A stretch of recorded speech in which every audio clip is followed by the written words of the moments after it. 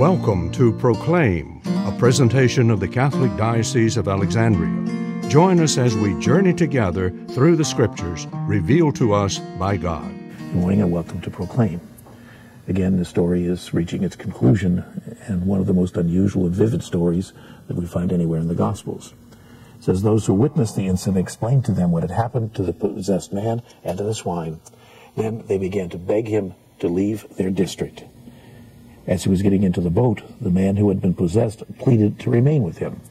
And so now someone who was initially someone that was an antagonist, someone that was powerful enough to break chains and shackles, now is so completely healed that he wants to accompany Jesus as one of his disciples, presumably. Not the usual reaction we find from people who encounter Jesus.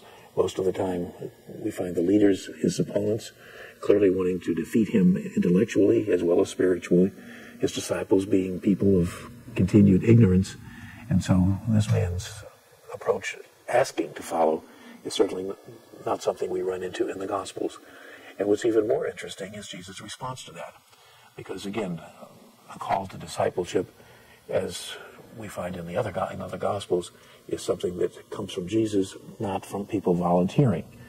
The other time that comes to mind is the young man who says that he wants to be a disciple of Jesus. What does he have to do?